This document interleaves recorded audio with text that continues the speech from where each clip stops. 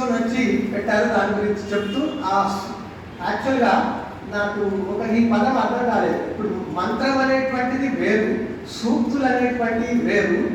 స రాజా పురుషో దండ స నేత శాసిత చసః చాతుర్నామ ఆశ్రమానాం చ ధర్మస్య ప్రతీభు స్మృతయః. ఇది దీన్నేమంటారో నాకు తెలియదు, కానీ నేను ఉన్నదైతే రాసుకొని వచ్చాను. గురుగారు లక్ష్మణార్య గారు తెలియజేస్తారు. దండమే రాజు, పురుషుడు, అదే న్యాయ ప్రచారకర్త, అందరిని శాసించేది. అదే 4 వర్ణాలను 4 ఆశ్రమాలను ధర్మంలో నడిపే బాధ్యత కలిగినదని తెలియాలి. దాని యొక్క భావం.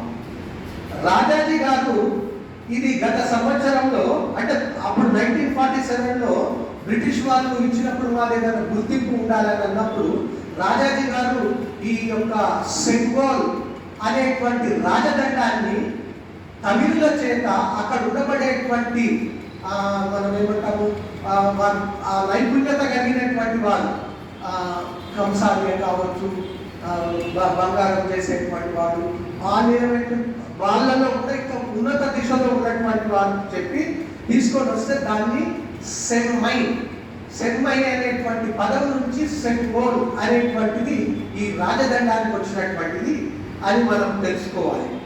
మన భారత ప్రధాని గారు దాన్ని శుద్ధి చేయించి దాని యొక్క పూజలు వాళ్ళ చేతనే చేయించి మన లోక్సభ స్పీకర్ గారికి కుడివైపున దాని యొక్క ఏ విధంగానైతే మనము ఇక్కడ ఓం గాయత్రి మంత్ర పటాన్ని ఎట్లా పెట్టుకున్నామో అట్లా వారికి అక్కడ రాజదండాన్ని ఏర్పాటు చేయడం జరిగింది. అయితే దీన్ని పవిత్ర ఆత్ముడై సత్య ధర్మ ఆచరణ కలిగి సత్పురుషుల సాంగత్యాన్ని చేసేవాడే నీతి శాస్త్రానుకూలంగా శ్రేష్ఠ పురుషుల సహాయంతో న్యాయ రూప దండాన్ని నడపడంలో సమర్థుడని మనుస్మృతి మనకు తెలుపుతున్నది. ఇందాక చెప్పింది మనుస్మృతి మంత్రమే అంటారో ఏమంటూ తెలియదు. దండాన్ని నడిపేవాడు సత్యవాది, ఆలోచించి చేసేవాడు, బుద్ధిమంతుడు, ధర్మ అర్థ కామాలను సిద్ధించుకోవడంలో పండితుడైన రాజే దండాన్ని ప్రవర్తింప చేయతగిన వాడని విద్వాంసులు అంటారు. అదేవిధంగా దండోహి సమహత్తేజో దుర్ధరాష్ట్రకృత అభిని ధర్మ ద్విచలితం అంతి రూపమేవ సంబంధవాం. ఇది మనుస్మృతిలో ఎంతో గొప్ప తేజోమయమైన దండాన్ని అవిద్వాంసులు, అధర్మాత్ములు ధరించలేరు.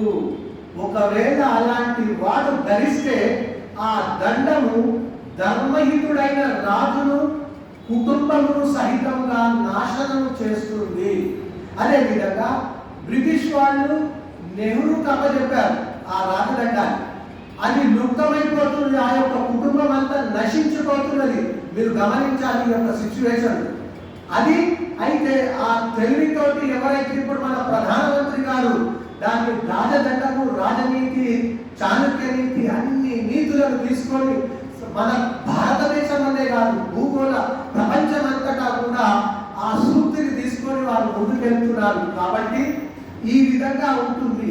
వచ్చే వారం కూడా ఈ మనుస్మృతిలో విషయాన్ని ఎలక్షన్స్ డే బిఫోర్ కాబట్టి మనం అందరం